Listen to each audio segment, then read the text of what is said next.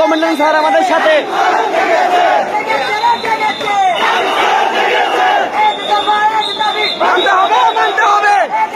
বৃষ্টির ভিতর স্যার আমাদের সাথে নেমে গেছে আমাদের জেলা কমান্ড্যান্ট মহোদয় আমিনুল স্যার।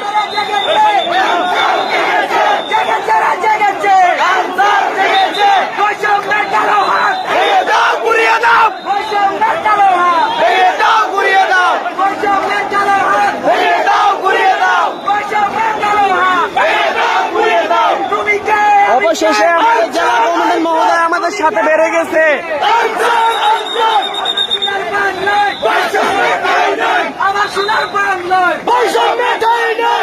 টেনে ধরেন